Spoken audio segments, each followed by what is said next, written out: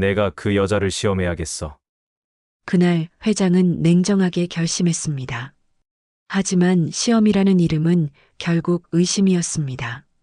그는 작업복을 입고 그녀 곁에서 주말을 보냈습니다. 처음엔 거짓이었고 나중엔 묘한 죄책감이었습니다. 그녀는 힘들어도 웃었고 욕을 들어도 참았습니다. 어느 날 그녀가 말했습니다. 전 아버님이 만든 이 회사를 지키고 싶어요. 그 한마디가 그의 마음을 무너뜨렸습니다. 그날 이후 그는 처음으로 진심 앞에 고개를 숙였습니다. 누구나 가슴속에 묻어둔 이야기 하나쯤은 있지요. 그 사연을 꺼내어 함께 나누는 공간, 여기는 날마다 사연입니다. 혹시 무료 버튼 구독과 좋아요 아직 안 누르셨다면 지금 눌러주셔도 좋습니다. 그럼 오늘의 사연 바로 시작합니다. 남해의 새벽 바다는 고요했습니다. 물결이 부두를 때리는 소리만이 규칙적으로 들려왔죠. 한도연은 회장실 창문 너머로 저 바다를 바라보며 긴 한숨을 내쉬었습니다. 70살의 나이가 무색하게 그의 눈빛은 여전히 날카로웠지만 요즘 들어 그 눈가에는 깊은 피로가 서려 있었어요. 한성수산. 전국 수산물 유통의 30%를 차지하는 거대 기업입니다. 하지만 한도연에게 이 회사는 단순한 기업이 아니었어요. 젊은 날 남해의 작은 포구에서 고무장화 한 켤레만 신고 시작했던 그 꿈의 결실이었죠. 새벽마다 경매장에 나가 생선을 날랐고 비린내가 온몸에 배도록 일했습니다. 손이 얼어터져도 폭풍우가 몰아쳐도 포기하지 않았어요. 정직하게, 신선하게 바다의 선물을 사람들에게 전하겠다는 신념 하나로 버텼던 세월이었습니다. 그렇게 쌓아 올린 제국이었는데 이제는 그 의미가 점점 희미해지고 있었어요. 장남 한준호는 외국 수산물 수입에만 몰두했습니다. 이윤이 높다는 이유만으로 품질은 뒷전이었죠. 지난주 이사회에서도 중국산 냉동 오징어 계약을 밀어붙이더군요. 한도연이 아무리 신선도 문제를 지적해도 듣지 않았습니다. 아버지, 시대가 변했습니다. 소비자들은 이제 가격을 봅니다. 품질은 그 다음이에요. 장남의 말에 한도연은 아무 대꾸도 하지 못했어요. 틀린 말은 아니었으니까요. 하지만 가슴 한편이 무너지는 기분이었습니다. 둘째 한민호는 더 심했어요. 경영권을 차지하기 위해 형제끼리 다투고 이사들을 편 가르기 했습니다. 지난달에는 몰래 주식을 사모으다 들키기까지 했죠. 한도연이 평생 지켜온 정직한 바다라는 철학은 아무도 기억하지 않았어요.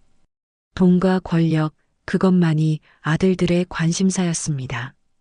유일한 희망은 막내 아들 한준이었습니다. 32살의 한준은 형들과 많이 달랐어요. 경영에는 관심이 없었고 대신 작은 출판사에서 편집자로 일했습니다. 한도연은 처음에 실망했었죠. 막내마저 회사를 외면하는 건가 싶었으니까요. 하지만 시간이 지나면서 생각이 바뀌었습니다. 한준은 매주 일요일마다 아버지를 찾아왔어요. 회사 이야기는 하지 않았습니다. 대신 바다 이야기를 했죠. 어릴 적 아버지가 들려주던 포구의 추억, 첫 배를 샀던 날의 감격, 태풍 속에서도 사람들에게 생선을 공급하겠다고 악착같이 버텼던 이야기들. 한주는 그 모든 이야기를 기억하고 있었습니다. 아버지, 형들은 회사를 키우는 데만 관심 있지만 전 아버지가 지키려던 게 뭔지 알아요. 바다의 정직함이잖아요. 그 말을 들었을 때 한도연의 눈시울이 뜨거워졌어요. 적어도 한 명은 한 명만이라도 자신의 마음을 이해하고 있었습니다. 그런 한준이가 며칠 전 조심스럽게 말했습니다. 회장실이 아닌 집 거실에서였어요. 저녁 식사를 마치고 차를 마시던 중이었죠. 아버지, 제가 결혼하려고 합니다. 한도연의 얼굴에 잠시 미소가 번졌습니다. 막내가 좋은 가정을 꾸린다면 그것만으로도 위안이 될 것 같았어요. 하지만 다음 말에 그의 표정이 굳었죠. 상대는 학원 강사입니다. 이름은 서지연이고요. 34살이에요. 한도연은 찻잔을 내려놓았습니다. 학원 강사, 배경도 재산도 학벌도 없는 여자가 한성수산 집안에 들어온다고요? 한주는 아버지의 표정을 읽었는지 재빨리 덧붙였습니다. 정말 좋은 사람이에요, 아버지. 진심으로 저를 대해주고 돈이나 집안은 전혀 신경 쓰지 않아요. 주말마다 수산시장에서 아르바이트도 하면서 자립적으로 살고 있고요. 수산시장. 그 말에 한도연의 귀가 번쩍 뜨였습니다. 하지만 겉으로는 담담하게 대답했어요. 그래, 언제 한번 데려와 봐라. 정말요? 아버지, 감사합니다. 한주는 환하게 웃으며 자리에서 일어났습니다. 하지만 한도연의 마음속은 복잡했어요. 요즘 젊은 여자들은 계산이 빠르다고 들었습니다.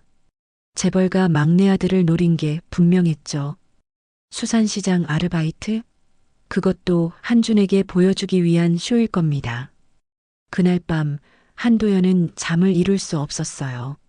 천장을 바라보며 생각에 잠겼습니다. 평생을 사람을 보는 눈으로 사업을 해왔는데 정작 자식들의 배우자는 제대로 검증도 못하고 받아들여야 한다니. 형들은 이미 결혼해서 며느리를 들였지만 모두 집안과 재산만 보고 맺어진 관계였어요. 사랑은커녕 서로 존중하는 모습도 보이지 않았죠. 한준만은 달랐으면 좋겠다고 생각했습니다. 진짜 사랑하는 사람과 행복한 가정을 꾸렸으면 좋겠다고요. 하지만 동시에 의심도 들었어요. 서지연이라는 여자가 정말 한준을 사랑하는 걸까요? 아니면 한성수산이라는 간판을 사랑하는 걸까요? 새벽 4시 한도연은 벌떡 일어나 앉았습니다. 결심했습니다. 직접 확인하겠다고.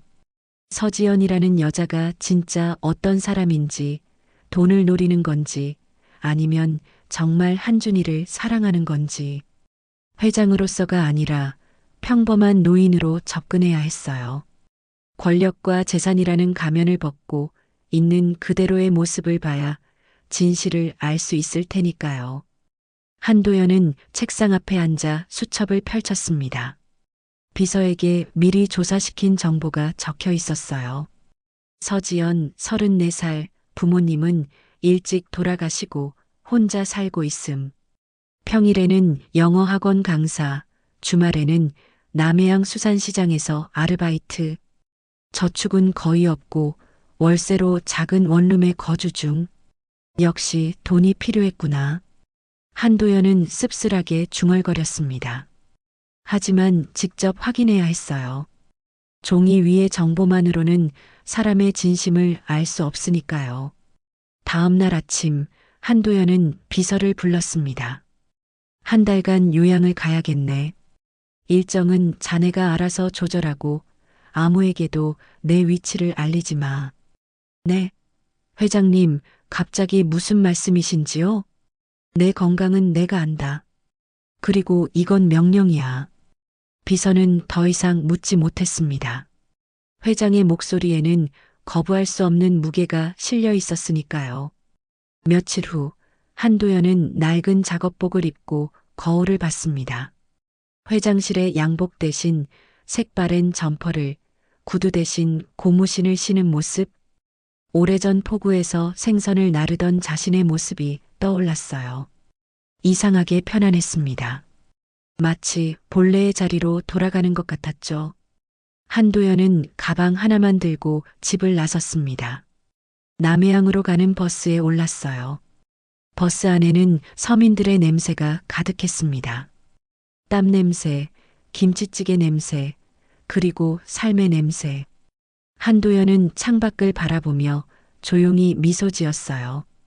이 냄새를 얼마나 오래 잊고 살았던가 싶었습니다. 버스가 남해항에 도착했을 때는 해가 중천에 떠 있었습니다. 한도연은 시장 입구에서 잠시 멈춰 섰어요. 활기찬 외침소리, 생선 굽는 냄새, 얼음 깨는 소리. 모든 게 낯설면서도 익숙했습니다. 자, 이제부터 난 박노인이야. 한도연은 속으로 중얼거리며 시장 안으로 걸어 들어갔습니다. 서지연을 찾기 위해서였어요. 남해안 수산시장은 생명력으로 가득했습니다. 새벽부터 저녁까지 쉴 틈 없이 돌아가는 이곳은 한도연에게 낯설면서도 그리운 풍경이었어요. 횟집 주인들이 큰 소리로 가격을 흥정하고 아주머니들이 생선을 손질하는 소리, 얼음을 긁어내는 날카로운 소음. 모든 게 살아 숨쉬고 있었습니다. 한도연은 시장 안쪽으로 걸어 들어갔어요. 오래전 자신도 이런 곳에서 일했었죠. 하지만 지금은 회장이 아닌 그냥 일손이 필요한 노인일 뿐이었습니다. 몇몇 가게 앞을 지나치며 주인들의 얼굴을 살폈어요. 누가 사람을 구하고 있을까 고민하던 차에 한 아주머니가 큰 소리로 외쳤습니다.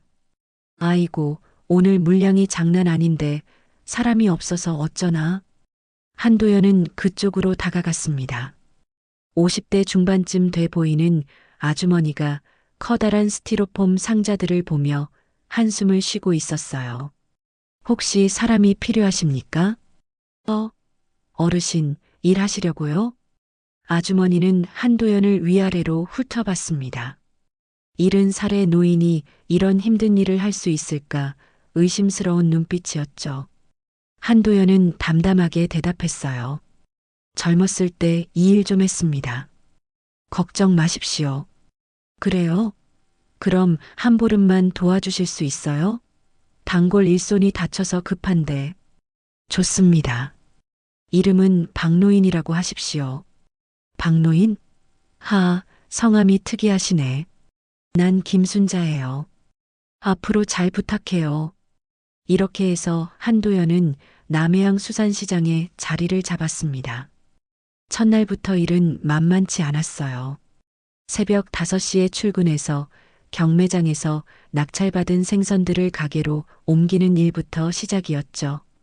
무거운 얼음 상자를 들어 올리는데 허리가 욱신거렸습니다. 하지만 한도연은 이를 악물고 버텼어요. 이 정도 고생도 못 참으면 서지연의 진심을 어떻게 확인하겠습니까? 1시간쯤 지났을까요? 옆 가게에서 웃음소리가 들려왔습니다. 한도연은 고개를 돌렸어요. 그리고 그곳에서 처음으로 서지연을 봤습니다. 서지연은 한도연이 상상했던 모습과 많이 달랐어요. 화장기 없는 맨얼굴에 머리는 단정하게 묶여 있었고 낡은 작업복을 입고 있었습니다. 손에는 두꺼운 면장갑이 끼어져 있었죠. 그 모습은 재벌가 며느리를 꿈꾸는 여자라기보다는 그냥 평범한 시장 일꾼에 가까웠습니다. 하지만 한도연은 속단하지 않았어요. 연기일 수 있었으니까요. 한준에게 보여주기 위해 일부러 꾸민 모습일 수도 있었습니다. 서지연은 커다란 생선통을 혼자 옮기고 있었어요. 그 통은 적어도 20kg은 좋게 될 것 같았습니다. 한도연은 지켜봤죠. 서지연이 힘들어할 거라 예상했어요. 그러면 누군가 도와주겠거니, 그렇게 동정을 사는 게 목적이겠거니 생각했습니다. 하지만 서지연은 혼자서 그 통을 들어 올렸어요. 힘들어 보이긴 했지만 포기하지 않았습니다. 한 걸음 한 걸음 조심스럽게 가게 안쪽으로 옮겼죠. 그러다 발을 헛디뎠습니다. 통이 기울어지려는 순간 서지연은 재빨리 무릎으로 받쳐냈어요. 생선들이 쏟아지는 걸 막은 겁니다. 휴, 위험할 뻔했네. 서지연은 작게 중얼거리며 다시 통을 들어 올렸습니다. 그 모습을 보던 옆 가게 아저씨가 다가와 말했어요. 지연 씨, 손 다치겠어요. 나한테 말하지 그랬어. 괜찮아요. 사장님도 바쁘신데. 이 정도는 제가 할 수 있어요. 서지연은 환하게 웃으며 대답했습니다. 그 웃음에는 억지스러움이 없었어요. 진심으로 즐거워 보였습니다. 한도연은 그 모습을 보며 미간을 찌푸렸어요. 뭔가 이상했습니다. 재벌가 며느리가 되려는 여자가 왜 이렇게 열심히 일하는 걸까요? 보여주기 위해서 치고는 너무 자연스러웠어요. 점심시간이 되자 시장 사람들이 하나둘 모여들었습니다. 김순자가 김밥을 꺼내며 한도연에게 권했어요. 박노인, 이거 드세요. 아침부터 고생 많으셨어요. 고맙습니다. 한도연은 김밥을 받아들었습니다. 그때 서지연도 자리에 합류했어요. 간단한 주먹밥을 들고 있었죠. 지연아, 너도 앉아. 오늘도 고생 많았다. 네, 감사합니다. 서지연은 한도연 옆자리에 앉았습니다. 가까이서 보니 손에 굳은 살이 박혀 있었어요. 하루 이틀 일한 손이 아니었습니다. 적어도 몇 달은 꾸준히 일해야 생기는 굳은 살이었죠. 새로 오신 분이시네요. 안녕하세요. 전 서지연이라고 해요. 서지연은 밝게 인사했습니다. 한도연은 무뚝뚝하게 고개만 끄덕였어요. 박노인이라고 하오. 와, 성함이 독특하시네요. 앞으로 잘 부탁드려요. 서지연의 태도는 전혀 꾸민 것 같지 않았습니다. 자연스럽고 편안했어요. 시장 사람들과 농담을 주고받고 누가 힘들어하면 먼저 달려가 도왔습니다. 한도연은 하루 종일 서지연을 관찰했어요. 혹시 빈틈이 보이지 않을까, 가식적인 면모가 드러나지 않을까 기대하면서요. 하지만 서지연은 달랐습니다. 오후 내내 쉬지 않고 일했어요. 생선을 손질하고 얼음을 채우고 손님들에게 친절하게 응대했습니다. 땀으로 범벅이 된 얼굴을 닦으면서도 웃음을 잃지 않았죠. 저녁 무렵 한 할머니 손님이 찾아왔습니다. 갈치 한 마리를 사려는데 돈이 부족한 모양이었어요. 아이고, 미안하구만. 1,000원이 모자라네. 서지연은 잠시 생각하더니 자기 주머니에서 1,000원을 꺼냈습니다. 할머니, 제가 드릴게요. 맛있게 드세요. 아이고, 고맙다. 이 착한 아가씨야. 할머니는 서지연의 손을 꼭 잡고 고마워했어요. 서지연은 그저 웃으며 할머니를 배웅했습니다. 그 모습을 지켜보던 한도연은 마음이 복잡해졌어요. 계산적인 여자라면 절대 할 수 없는 행동이었습니다. 하루 일과가 끝나고 한도연은 숙소로 돌아가는 길에 멈춰 섰습니다. 서지연도 퇴근하는 중이었어요. 그런데 서지연은 버스 정류장으로 가지 않고 시장 뒤편으로 향했습니다. 한도연은 조심스럽게 뒤를 따라갔죠. 서지연은 시장 뒤편 작은 식당으로 들어갔어요. 한도연도 멀찌감치 떨어져서 들어갔습니다. 식당 안에는 노인 몇 분이 앉아 계셨는데 서지연은 그분들께 도시락을 나눠드리고 있었습니다. 할아버지, 오늘 저녁은 제가 준비했어요. 맛있게 드세요. 아이고, 지연이 덕분에 우리가 사네. 천만에요.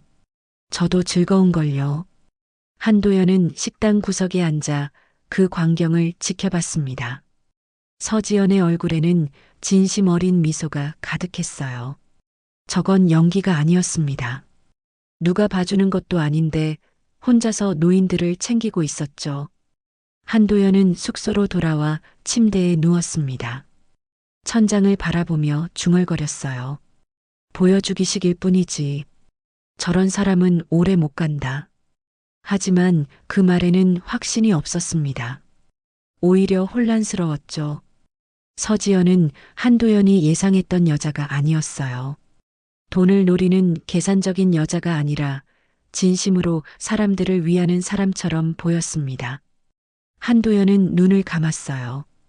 내일도 지켜봐야겠다고 생각했습니다. 아직 하루밖에 안 됐으니까요. 분명 어딘가에 허점이 있을 겁니다. 가면은 언젠가 벗겨지기 마련이니까요.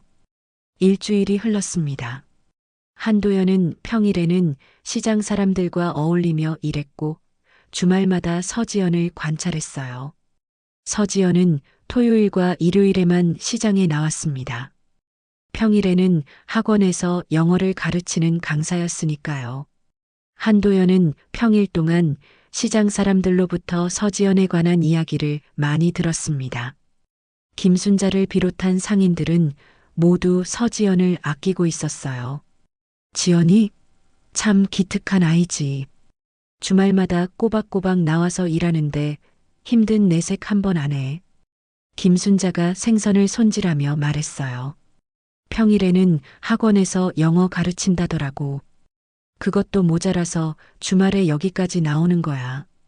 돈이 필요한가 봐. 옆 가게 아저씨가 거들었습니다. 한도연은 귀를 쫑긋 세웠어요.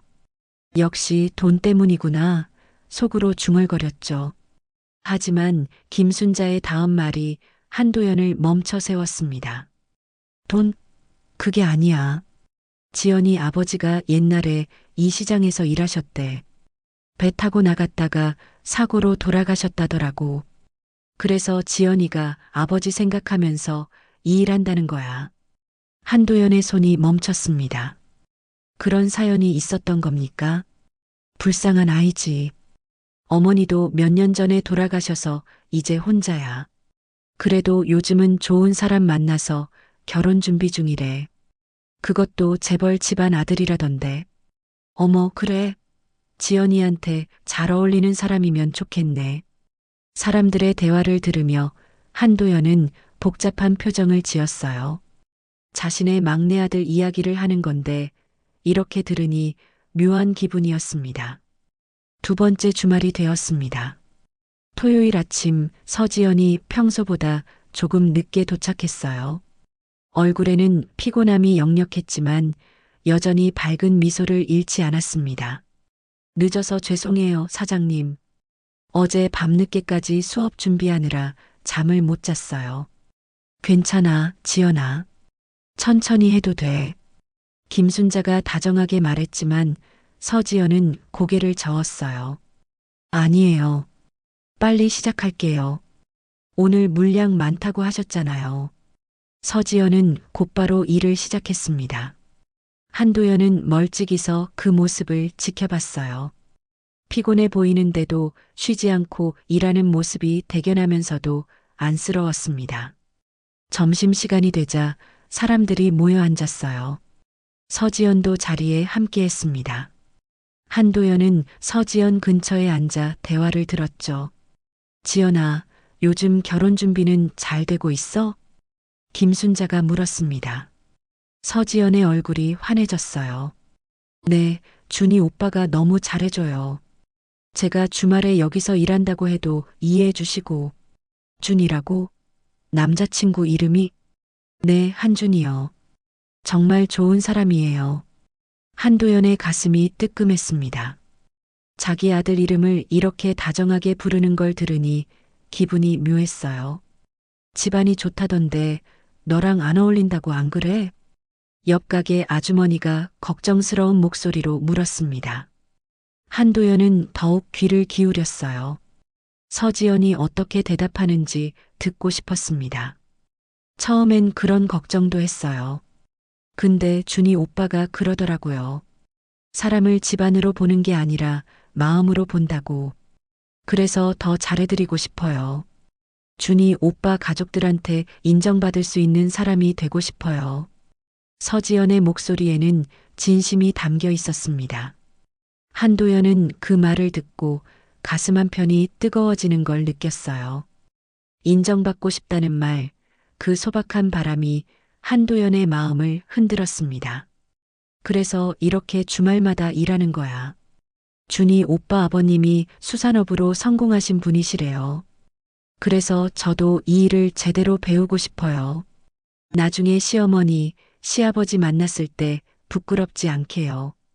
한도연은 숟가락을 놓을 뻔했습니다. 서지연이 이 일을 하는 이유가 자신 때문이었다니.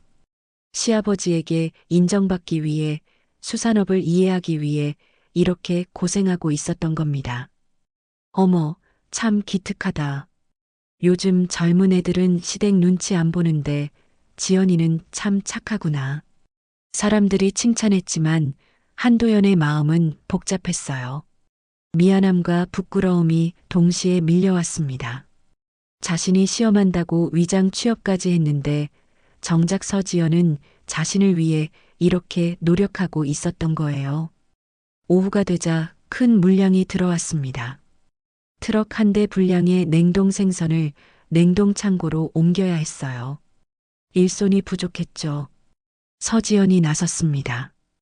제가 도와드릴게요. 트럭 운전사가 서지연을 보더니 손사래를 쳤어요. 40대 중반쯤 돼 보이는 건장한 남자였습니다. 여자가 뭘 알아요? 냉동 창고는 남자 일이지. 가만히 계세요. 서지연의 얼굴에 잠깐 실망한 기색이 스쳤습니다. 하지만 곧 담담하게 말했어요. 저도 힘은 있어요. 시아버님이 평생 이 일 하셨는데 저도 배우고 싶어요. 시아버님? 에이, 시집도 안 갔으면서. 됐어요. 나중에 허리 아프다고 난리 칠 것 뻔해요. 운전사의 말투에는 명백한 무시가 담겨 있었습니다. 한도연은 멀찍이 서 그 광경을 지켜보며 속으로 화가 났어요. 저렇게 함부로 대하다니. 서지연은 잠시 고개를 숙였습니다. 한도연은 혹시 포기하나 싶었죠. 하지만 서지연이 다시 고개를 들었을 때 그 눈빛에는 결연함이 서려 있었어요. 그럼 이렇게 하죠. 제가 아저씨보다 더 빨리 옮기면 점심은 제가 살게요. 대신 제가 지면 내일도 와서 2배로 일할게요. 운전사는 어이없다는 듯 웃었습니다. 진짜요? 재미있네. 좋아요, 해봅시다. 서지연은 작업복 소매를 걷어 올리고 장갑을 단단히 꼈습니다. 그리고 냉동 상자를 들어 올렸어요. 20kg은 넘어 보이는 무게였지만 서지연은 흔들림 없이 움직였습니다. 한도연은 서지연의 동작을 유심히 봤어요. 허리를 숙이는 각도, 무게중심을 잡는 법, 효율적인 걸음걸이. 모든 게 제대로 배운 사람의 동작이었습니다. 누가 가르쳐 준 걸까요? 아니면 혼자 연구하며 익힌 걸까요? 서지연은 쉬지 않고 상자를 날랐습니다. 땀이 얼굴을 타고 흘러내렸지만 멈추지 않았어요. 운전사도 지지 않으려고 열심히 날랐지만 서지연의 속도를 따라잡을 수 없었습니다. 30분쯤 지났을 때 서지연이 마지막 상자를 옮겼습니다. 운전사보다 3개를 더 나른 상태였어요. 운전사가 숨을 헐떡이며 인정했습니다. 참 대단하시네요. 제가 졌어요. 서지연은 환하게 웃으며 손을 내밀었어요. 고생하셨어요. 칼국수 한 그릇 사드릴게요. 두 사람은 웃으며 악수를 나눴습니다. 주변 사람들이 박수를 쳤어요. 한도연도 모르게 손뼉을 치고 있었습니다. 한도연은 서지연의 손을 봤어요. 물집이 터져 있었습니다. 아까 그 무거운 상자를 나르느라 생긴 상처였죠. 하지만 서지연은 내색하지 않고 연고를 바르며 다시 일했어요. 저녁 무렵 서지연이 전화를 받는 모습이 보였습니다. 한도연은 슬쩍 귀를 기울였어요. 응, 준이 오빠. 나 지금 일 끝났어. 오늘도 많이 배웠어. 다음 주에 또 올게. 응, 사랑해.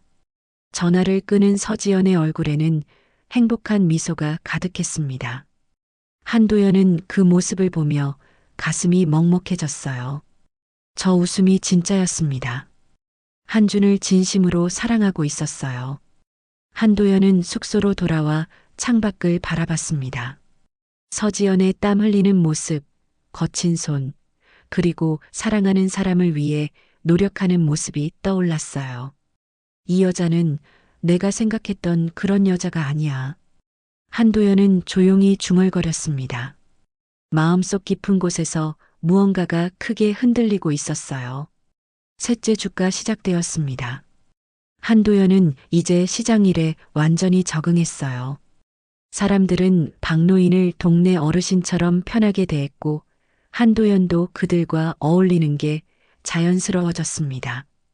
하지만 마음 한편에는 여전히 혼란이 자리 잡고 있었어요.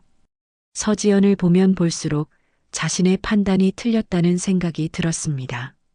돈을 노리는 여자라고 생각했는데 오히려 자신의 아들을 진심으로 사랑하고 시댁에 인정받기 위해 노력하는 사람이었죠. 수요일 오후 한도연은 평소처럼 창고에서 물건을 정리하고 있었습니다. 그때 낯선 차 한 대가 시장 입구에 멈춰 섰어요. 고급 세단이었죠. 차에서 내린 사람을 보고 한도연은 깜짝 놀랐습니다. 둘째 아들 한민호였어요. 양복을 말끔하게 차려입은 한민호가 시장 안을 둘러보며 걸어왔습니다. 한도연은 재빨리 창고 안쪽으로 몸을 숨겼어요. 들키면 안 됐습니다. 아버지가 도대체 어디 계신 거야? 설마 이런 곳까지 오셨을 리는 없겠지. 한민호는 혼잣말을 하며 시장을 살폈습니다. 다행히 한도연을 발견하지 못했어요. 한민호는 몇 분 더 둘러보다가 전화를 받고 다시 차에 올라탔습니다. 한도연은 안도의 한숨을 내쉬었어요. 위험할 뻔했습니다. 하지만 왜 한민호가 이곳에 왔을까요? 불길한 예감이 들었습니다. 저녁 무렵 한도연이 숙소로 돌아가려는데 한민호에게서 전화가 걸려왔어요. 한도연은 잠시 망설이다가 전화를 받았습니다. 여보세요. 아버지, 저 민호예요. 아버지 지금 어디 계세요? 요양 가셨다는데 연락이 안 되네요. 무슨 일이냐? 급한 일이 있어서요. 아버지께 말씀드릴 게 있습니다. 한도연은 짧게 대답했어요. 나중에 얘기하자. 지금은 좀 쉬고 싶구나. 아버지, 준이 결혼건인데요. 그 여자 서지연 말이에요. 한도연의 손이 멈췄습니다. 무슨 소리냐? 제가 알아봤는데요. 그 여자가 수상해요. 주말마다 남해안 수산시장에서 일한다면서요? 근데 거기서 한성수산 거래처랑 몰래 접촉하고 있다는 정보를 입수했어요. 한도연의 눈빛이 날카로워졌습니다. 무슨 근거로 그런 소리를 하느냐? 아버지, 저도 처음엔 안 믿었어요. 근데 직접 확인했어요. 그 여자가 우리 회사 거래처 사람들이랑 만나서 서류 주고받는 걸 목격한 사람이 있어요. 회사 몰래 뭔가 꾸미는 것 같아요. 준이한테는 말 안 했어요. 마음 아플까 봐요. 한도연은 말없이 전화를 끊었습니다. 가슴이 답답했어요. 설마 정말 그럴까요? 지난 몇 주간 봐온 서지연의 모습이 모두 거짓이었을까요? 한도연은 잠을 이룰 수 없었습니다. 밤새 뒤척이다가 새벽에 일어나 시장으로 향했어요. 직접 확인해야 했습니다. 주말이 되었습니다. 토요일 아침 서지연이 평소처럼 시장에 도착했어요. 한도연은 멀찍이서 서지연을 지켜봤습니다. 혹시 수상한 행동을 하지 않을까 경계하면서요. 오전 내내 서지연은 평소와 다름없이 일했습니다. 아무런 이상한 점도 없었어요. 한도연은 조금 안심했죠. 역시 한민호가 오해한 게 아닐까 싶었습니다. 점심시간 서지연이 김순자와 대화를 나누고 있었어요. 한도연은 근처에서 그 대화를 들었습니다. 지연아, 시어머니 될 분은 만나봤어? 아직이요. 준이 오빠가 어머니께서 좀 까다로우시다고 조심스러워 하세요. 서지연의 목소리에는 걱정이 묻어났습니다. 그래, 시어머니가 어떤 분이신데? 잘 모르겠어요. 근데 준이 오빠 말로는 집안을 정말 중요하게 생각하신대요. 특히 며느리 교육 수준이나 집안 배경을 보신대요. 그래서 저 같은 사람은 마음에 안 드실 것 같아요. 에이, 지연이 같은 며느리 어디 가서 못 구해. 너무 걱정하지 마. 고마워요, 사장님. 그래도 잘 보이고 싶어요. 그래서 이 일도 더 열심히 배우고 있어요. 시아버님이 수산업으로 성공하셨으니까 저도 이 분야를 이해하고 싶거든요. 한도연은 그 대화를 들으며 마음이 복잡했습니다. 아내 이야기가 나오니 더욱 신경이 쓰였어요. 아내는 정말 집안을 중요하게 여기는 사람이었습니다. 서지연을 어떻게 볼지 걱정이 되기 시작했죠. 오후가 되자 한 남자가 시장으로 들어왔습니다. 한도연은 그 남자를 알아봤어요. 한성수산 거래처 중 하나인 냉동창고 업체 사장이었습니다. 남자는 주변을 두리번거리다가 서지연에게 다가갔어요. 저기 서지연 씨 맞으시죠? 네, 그런데요. 잠깐 얘기 좀 할 수 있을까요? 서지연은 고개를 끄덕이고 남자를 따라 시장 한쪽 구석으로 갔습니다. 한도연은 조심스럽게 뒤를 따라갔어요. 둘이 무슨 이야기를 나누는지 알아야 했습니다. 이게 그 서류예요. 확인 부탁드려요. 남자가 봉투를 건넸습니다. 서지연은 봉투를 받아들고 잠시 들여다봤어요. 네, 확인했습니다. 감사합니다. 그럼 다음 주에 연락드릴게요. 조심히 진행하시고요. 아무한테도 말하지 마세요. 남자는 그렇게 말하고 재빨리 시장을 빠져나갔습니다. 서지연은 봉투를 가방에 넣고 다시 일터로 돌아갔어요. 한도연은 그 장면을 똑똑히 봤습니다. 가슴이 철렁 내려앉았어요. 역시 한민호 말이 맞았던 겁니까? 서지연이 정말 무언가를 숨기고 있는 건가요? 한도연은 분노가 치밀어 올랐습니다. 지난 몇 주간 자신이 느꼈던 감동이 모두 거짓이었다는 생각에 배신감이 들었어요. 역시 처음 판단이 맞았던 겁니다. 뭔가를 숨기고 있는 여자였던 거예요. 하지만 한도연은 바로 다가가지 않았습니다. 더 확실한 증거가 필요했어요. 그날 저녁 한도연은 서지연을 미행했습니다. 서지연은 일을 마치고 시장 창고 쪽으로 향했어요. 한도연은 창고 문틈으로 안을 들여다봤습니다. 서지연이 아까 받은 봉투를 꺼내 서류를 펼쳐보고 있었어요. 그리고 전화를 걸었습니다. 네, 서류 받았어요. 다음 주에 진행하면 되는 거죠? 네, 알겠습니다. 조심히 할게요. 한도연은 더 이상 참을 수 없었습니다. 창고 문을 벌컥 열어젖혔어요. 당신 지금 뭐 하는 거요? 서지연은 깜짝 놀라 돌아섰습니다. 손에 들고 있던 서류가 바닥에 떨어졌어요. 박노인? 아니, 이게 무슨... 다 봤소. 한성수산 거래처 사람이랑 몰래 만나고 서류 주고받는 거 말이요. 한도연의 목소리는 차가웠습니다. 서지연의 얼굴이 하얗게 질렸어요. 그게 무슨... 이건 오해예요. 오해? 몰래 만나서 서류 받고 아무한테도 말하지 말라고 하는 게 오해요?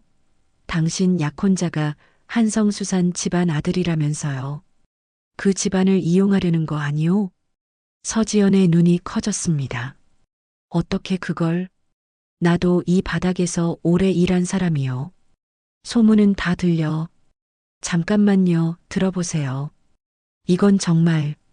서지연이 다급하게 설명하려 했지만 한도연은 손을 들어 막았어요. 그 서류가 뭔지 보여주시오. 서지연은 망설이다가 바닥에 떨어진 서류를 주었습니다. 한도연에게 건네려는 순간 한도연이 먼저 낚아챘어요. 서류를 펼쳐본 한도연의 손이 떨렸습니다. 거기에는 한성수산 계약서가 아니라 병원비 납부 내역서가 적혀 있었어요. 남해양 시장 상인들의 치료비를 익명으로 지원한다는 내용이었습니다. 납품 마진의 일부를 돌려서요. 이건 준이 오빠 아버님께서 예전에 시장 사람들 병원비를 많이 도와주셨다는 얘기를 들었어요. 몸이 아파도 돈이 없어서 병원 못 가시는 분들이 많더라고요. 그래서 제가 일하면서 번 돈의 일부를 이렇게 쓰고 싶었어요. 서지연의 목소리가 떨렸습니다. 준이 오빠한테는 비밀로 하려고 했어요. 괜히 부담 주고 싶지 않아서요. 그리고 시아버님께 조금이라도 도움이 되고 싶었어요. 몰래라도요. 한도연의 손에 들린 서류가 천천히 떨어졌습니다. 바닥에 흩어진 종이 위로 한도연의 그림자가 길게 드리워졌어요. 온몸에 힘이 빠지는 기분이었습니다. 한도연은 말없이 창고를 빠져나왔습니다. 서지연이 뭔가 말하려 했지만 한도연은 돌아보지 않았어요. 부끄러움과 죄책감이 한도연을 짓눌렀습니다. 숙소로 돌아온 한도연은 침대에 주저앉았습니다. 나는 도대체 뭘 한 거지? 한도연은 그날 밤 잠을 이루지 못했습니다. 천장을 바라보며 서지연의 얼굴이 계속 떠올랐어요. 서류를 떨어뜨리며 당황하던 모습, 떨리는 목소리로 설명하려던 모습, 그 모든 게 진심이었습니다. 시아버님께 조금이라도 도움이 되고 싶었어요. 서지연이 했던 말이 귓가에 맴돌았어요. 자신을 시아버님이라 불렀던 그 순간 한도연은 말을 잃었습니다. 아직 만나지도 않은 시아버지를 위해 몰래 선행을 베푸는 여자. 그게 바로 서지연이었어요. 한도연은 무릎을 꿇고 싶었습니다. 자신이 얼마나 큰 실수를 했는지 깨달았죠.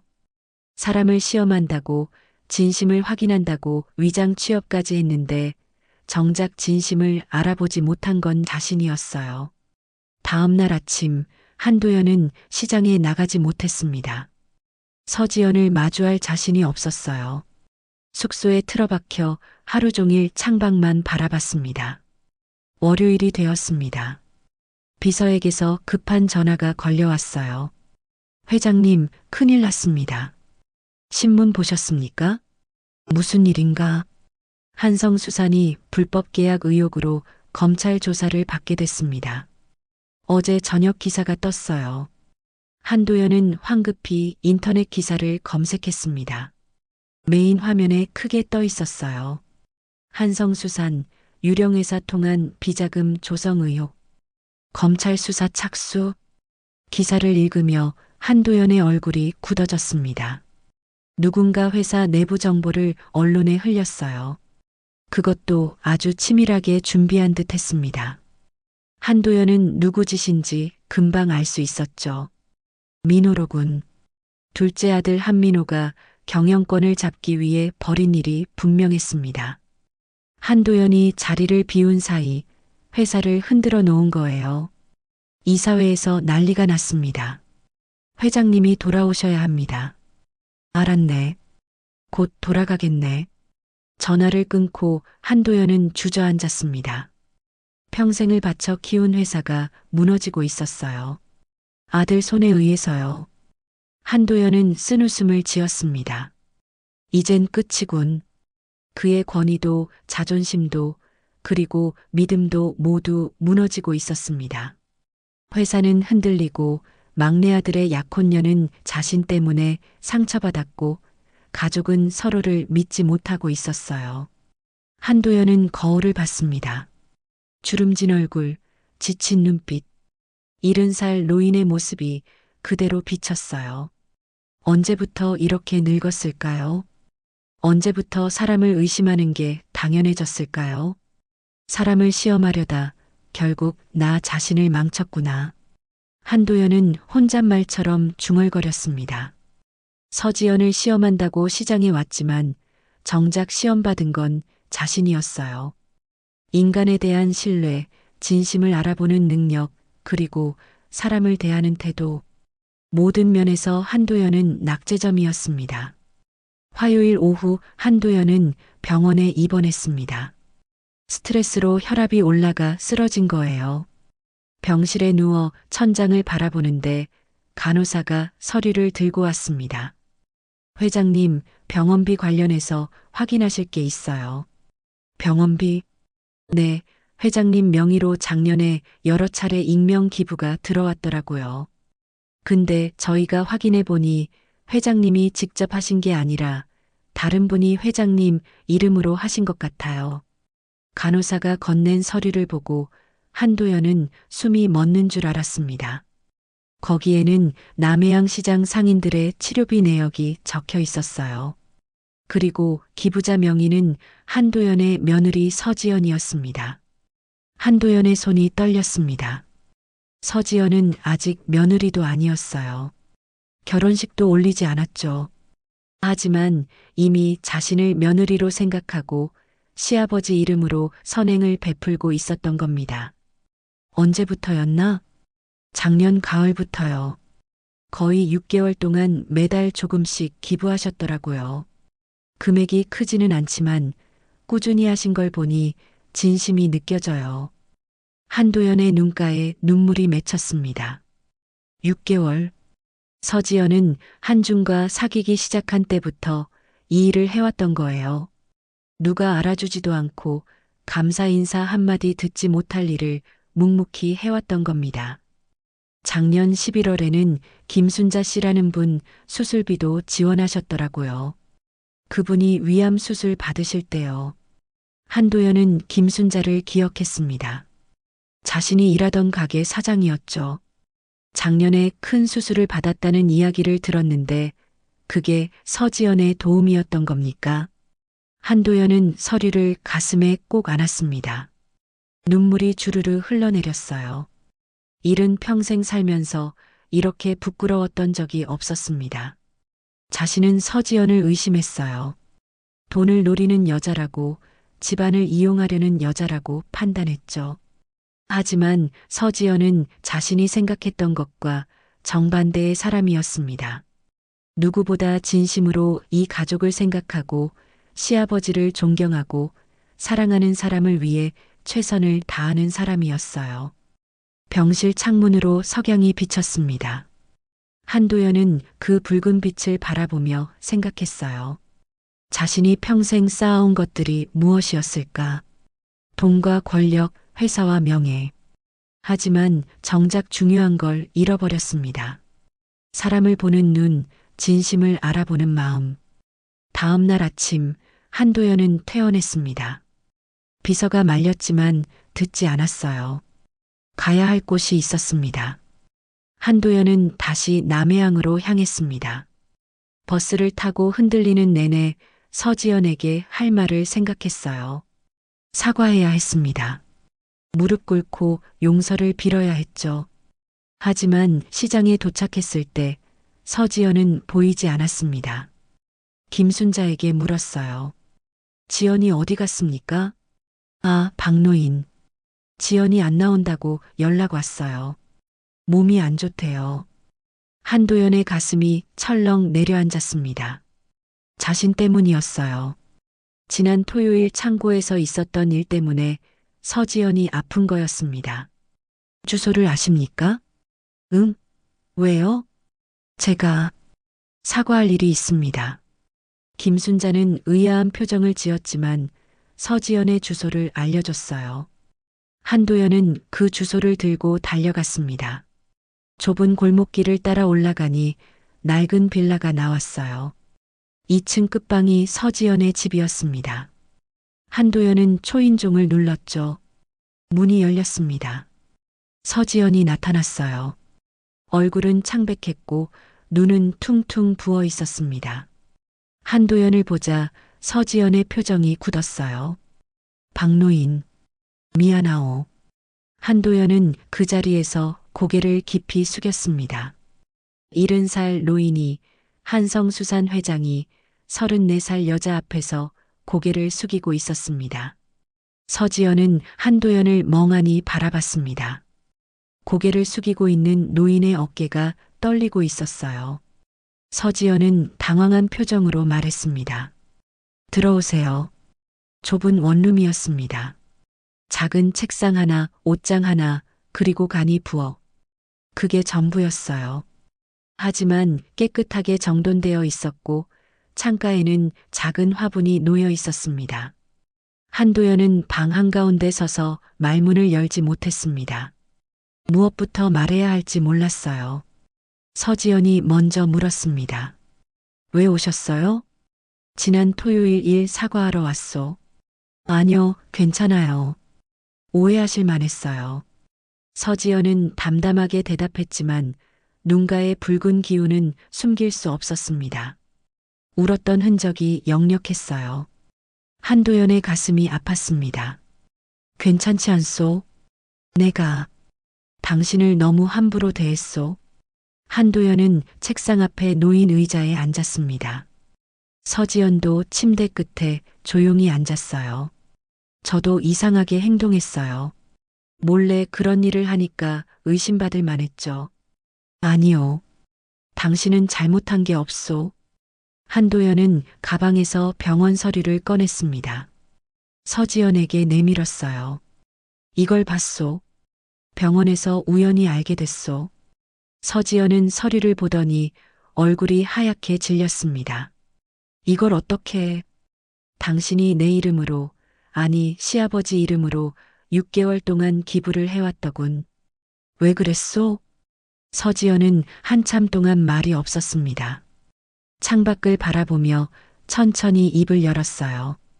제 아버지도 바다 사람이었어요. 한도연은 숨을 죽이고 들었습니다. 어릴 때 기억이에요. 아버지가 새벽마다 일어나서 고무장화 신고 나가시던 모습. 손에 비린내가 가득했지만 저를 안아주실 때 그 품이 정말 따뜻했어요. 서지연의 목소리가 떨렸습니다. 아버지는 남해안 시장에서 일하셨어요. 생선 경매도 하고 배도 타고 때로는 물건도 날랐죠. 돈은 많이 못 버셨지만 정직하게 사셨어요.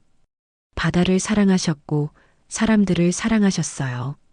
한도연은 자신의 젊은 시절이 떠올랐습니다. 자신도 그랬었죠.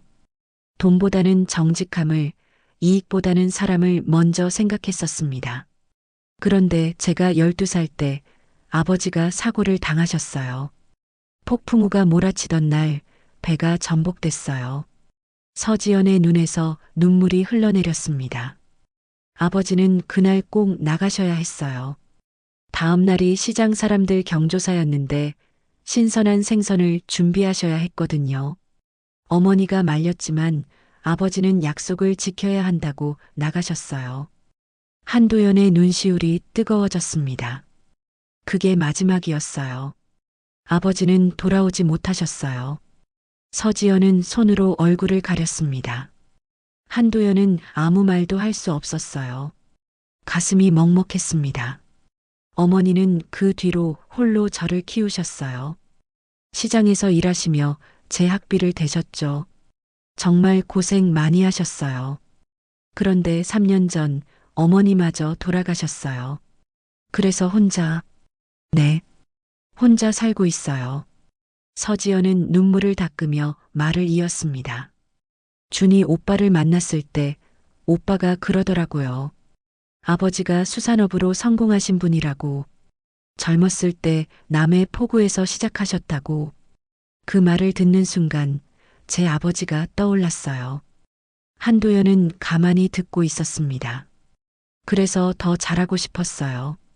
준이 오빠 아버님은 아버지와 같은 길을 걸으셨지만 성공하신 분이잖아요. 제 아버지는 이루지 못한 꿈을요. 그래서 존경스러웠어요. 만나 뵙지도 않았는데 말이에요. 서지연은 창밖 바다를 바라봤습니다. 주말마다 시장에서 일하는 건 돈 때문이 아니에요. 아버지를 느끼고 싶어서예요. 바다 냄새, 생선 비린내, 사람들의 웃음소리. 그 속에 아버지가 있는 것 같거든요. 한도연의 눈에서 눈물이 흘러내렸습니다. 일은 평생 살면서 이렇게 울어본 적이 없었어요. 서지연의 이야기 속에서 자신의 모습을, 자신이 잃어버렸던 순수함을 봤습니다. 그리고 병원비 기부도요. 준이 오빠가 그러더라고요. 아버님이 젊었을 때 시장 사람들한테 많은 도움을 받으셨대요. 그래서 나중에 성공하시고 나서 시장 사람들을 많이 도와주셨다고. 그랬지. 한도연은 중얼거렸습니다. 자신이 젊었을 때 일이 떠올랐어요.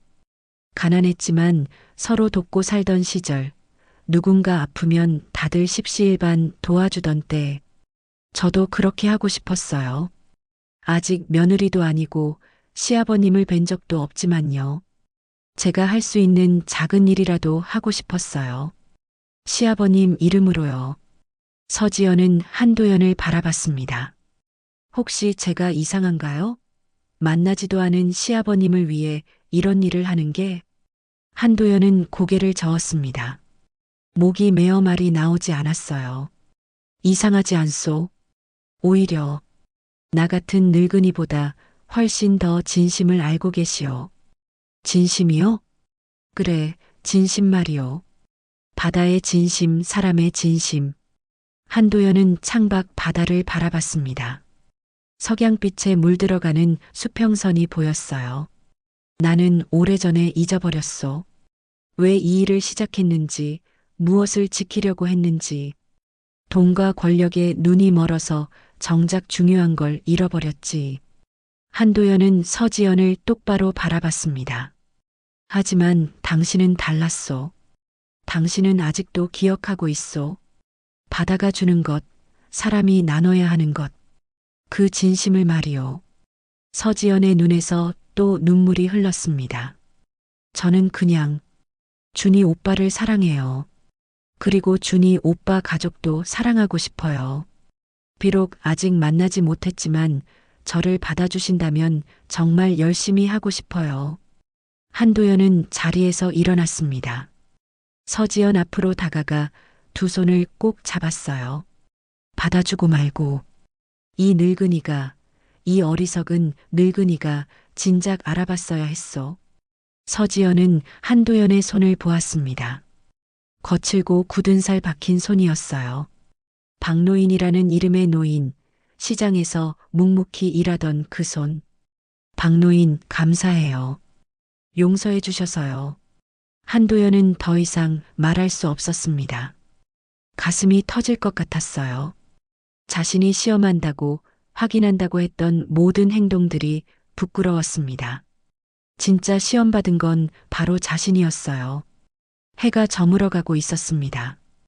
한도연은 작별 인사를 하고 밖으로 나왔어요. 골목길을 걸으며 하늘을 올려다봤습니다. 별들이 하나둘 떠오르고 있었죠. 나는 저 아이에게 다시 배운다. 진심은 숨길 수 없다는 걸. 한도연은 바다를 향해 걸어갔습니다. 파도 소리가 들려왔어요. 그 소리를 들으며 한도연은 결심했습니다. 이제 모든 것을 바로잡을 때가 됐다고. 서지연의 집을 나온 다음 날 한도연은 서울로 돌아왔습니다. 한 달 만에 돌아온 회장실은 낯설게 느껴졌어요. 책상 위에는 처리해야 할 서류들이 산더미처럼 쌓여 있었습니다. 비서가 급하게 들어왔습니다. 회장님, 돌아오셨군요. 상황이 심각합니다. 알고 있네. 민호가 벌인 일이지? 네, 둘째 도련님께서 경영권을 잡으려고 이사진을 설득하고 계십니다. 회장님이 건강 문제로 경영 일선에서 물러나셔야 한다고 주장하고 있어요. 한도연은 씁쓸하게 웃었습니다. 그래, 이제 정리할 때가 됐어. 예, 무슨 말씀이신지요? 이사회를 소집하게. 그리고 한준이도 불러. 급한 일이 있다고 하게. 비서는 의아한 표정을 지었지만 고개를 끄덕이고 나갔어요. 한도연은 창밖을 바라봤습니다. 서울의 빌딩 숲 너머로 아득하게 바다가 보이는 것 같았어요.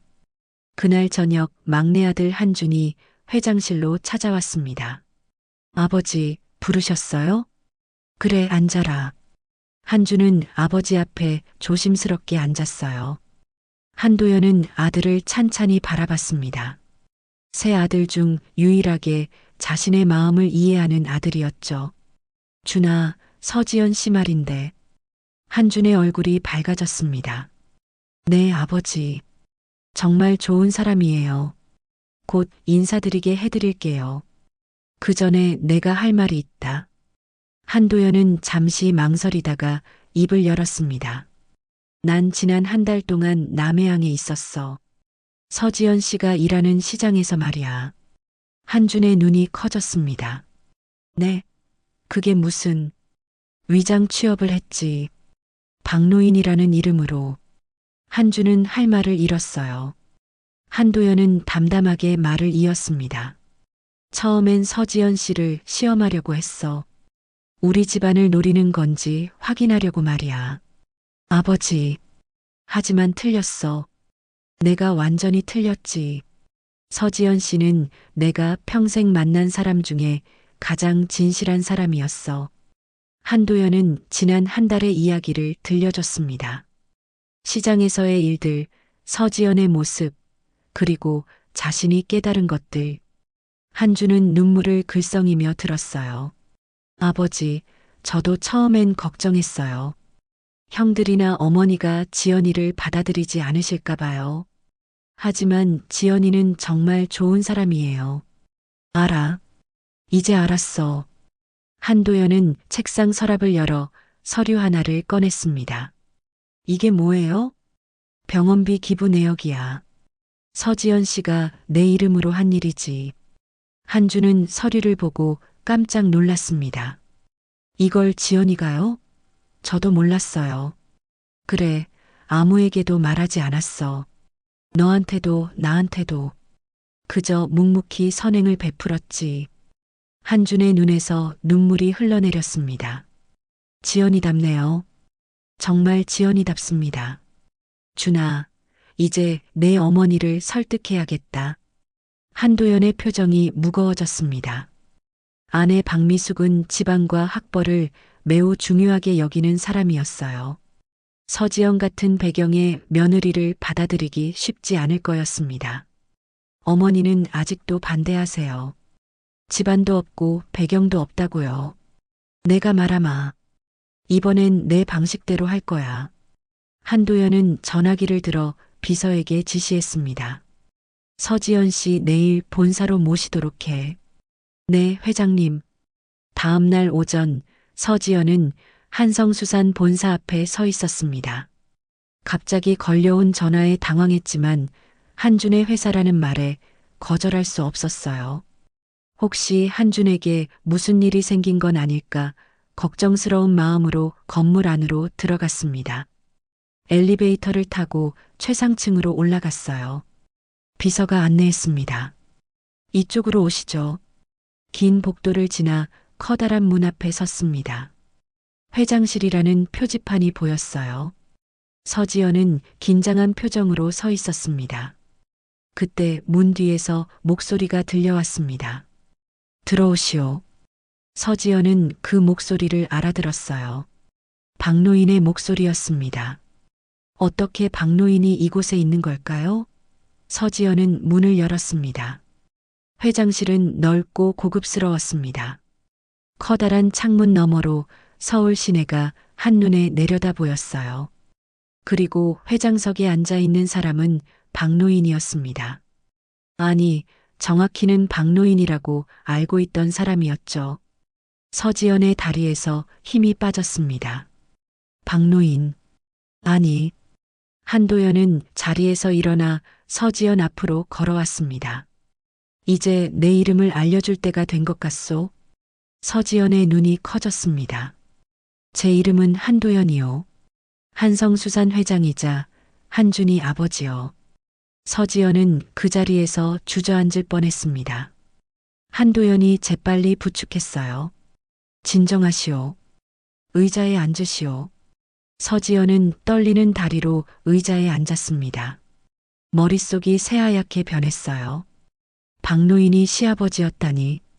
지난 한 달 동안 함께 일했던 그 노인이 바로 한준의 아버지였다니. 아버님. 아니, 회장님. 아버님이라 부르게. 이미 그렇게 부른 적도 있지 않소? 서지연은 창고에서 있었던 일이 떠올랐습니다. 자신이 아버님이라고 불렀던 순간, 그게 진짜 시아버지였던 겁니다. 왜 그러신 거예요? 미안하오. 당신을 시험하려 했소. 우리 집안에 들어올 자격이 있는지 확인하려고 말이오. 서지연의 눈에서 눈물이 흘러내렸습니다. 그럼 저는 떨어진 건가요? 한도연은 고개를 저었습니다. 아니요. 오히려 그 반대지. 한도연은 서지연의 손을 잡았습니다.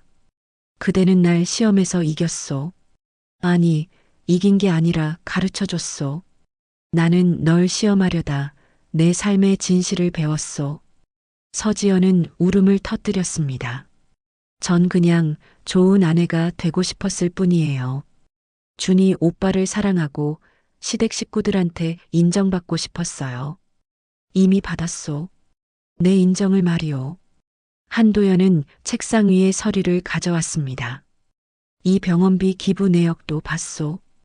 당신이 내 이름으로 한 일들, 시장 사람들을 위해 한 일들 모두 알고 있소. 서지연은 고개를 들었습니다.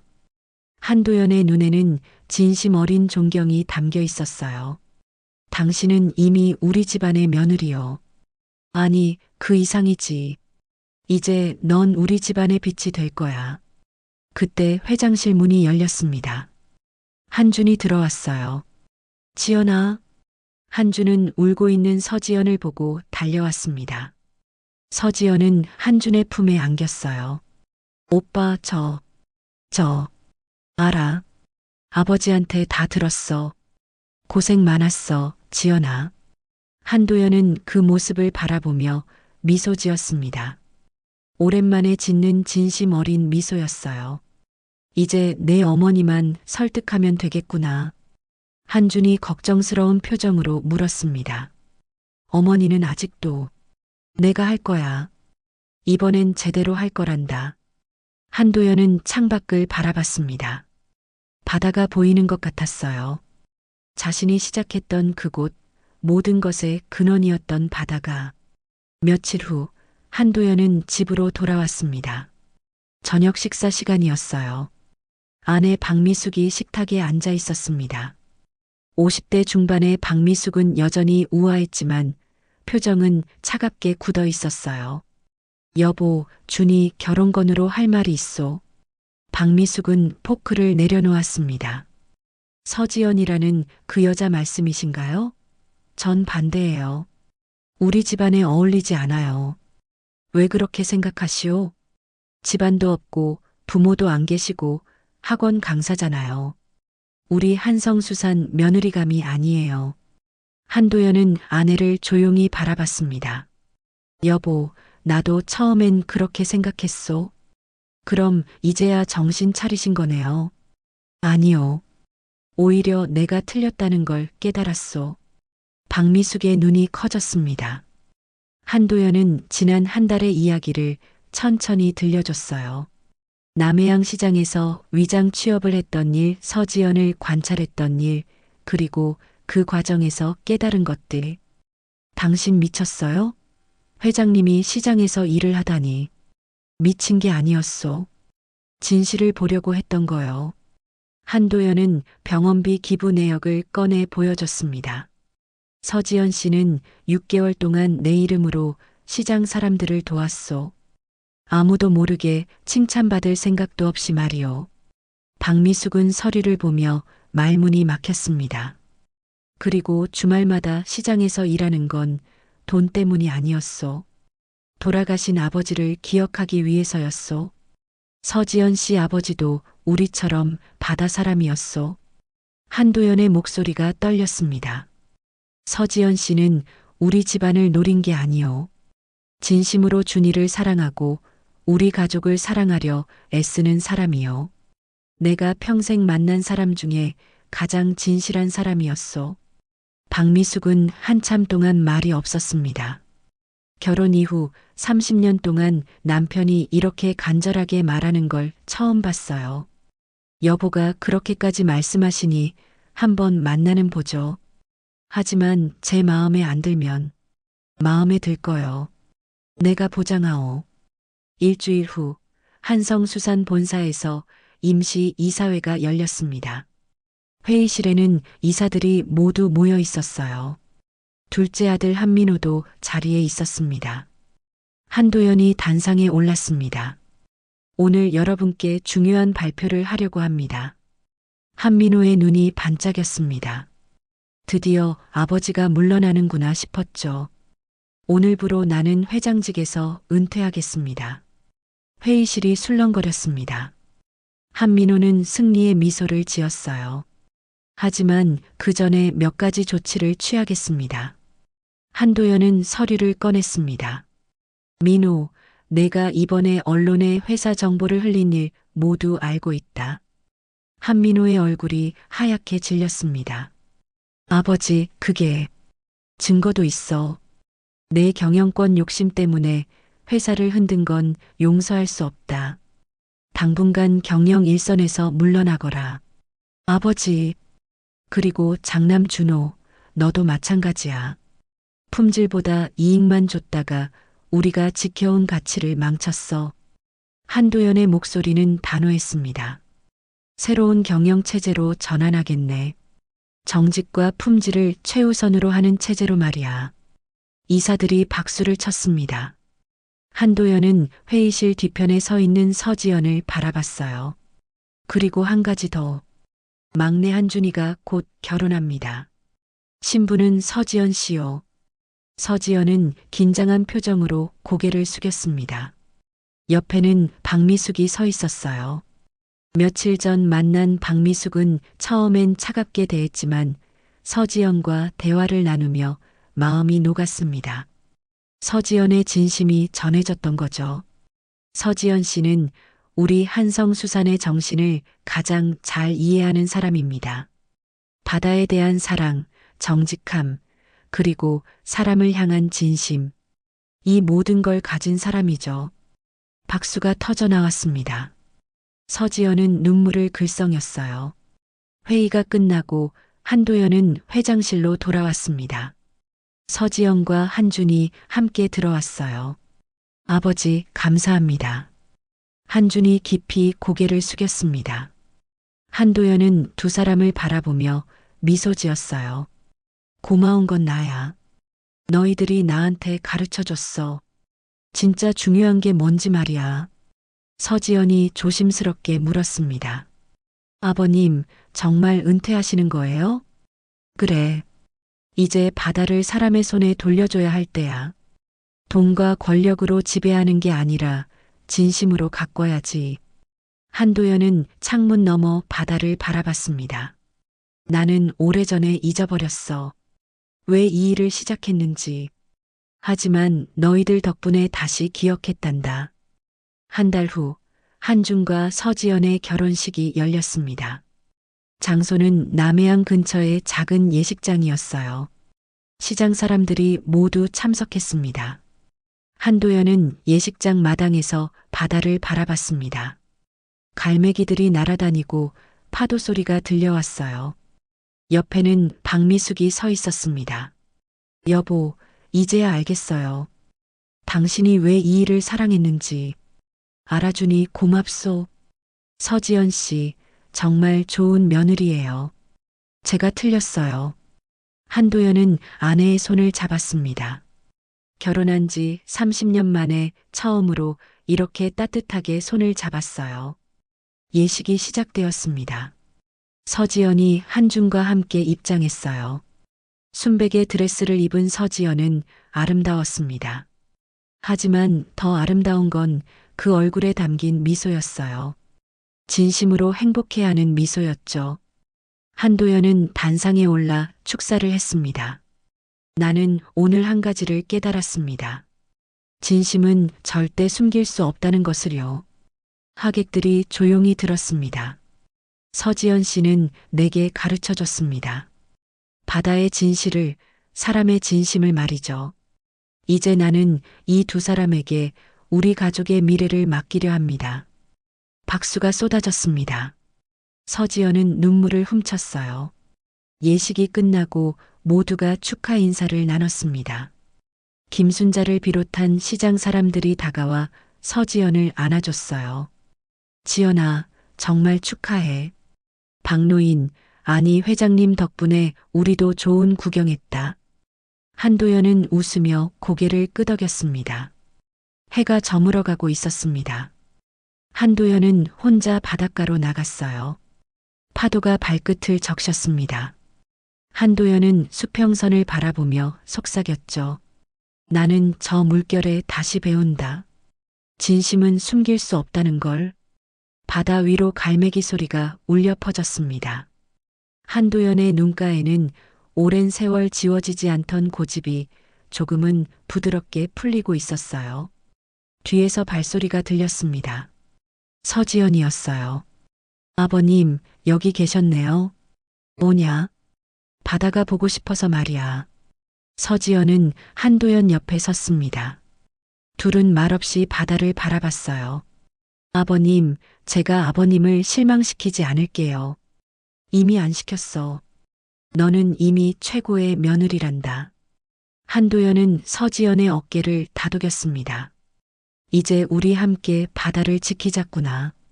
정직하게, 진심으로. 네, 아버님. 석양이 바다를 붉게 물들이고 있었습니다. 한도연은 깊이 숨을 들이마셨어요. 바다 냄새, 비린내, 그리고 자유의 냄새. 오래전 잊어버렸던 그 감각이 돌아왔습니다. 바다는 여전히 그 자리에 있었고 파도는 끊임없이 밀려왔습니다. 한도연은 그 물결 속에서 두 번째 기회를 얻었어요. 다시 시작할 기회, 다시 사람을 믿을 기회, 그리고 다시 사랑할 기회를. 오늘의 이야기는 여기까지입니다. 여러분 마음에는 어떤 여운이 남으셨나요? 댓글로 생각이나 소감 또는 사는 지역을 남겨주세요. 소통의 장이 되어 더 깊은 공감으로 이어질 것입니다. 무료 버튼, 구독과 좋아요로 응원해 주시면 내일도 변함없이 찾아뵙겠습니다.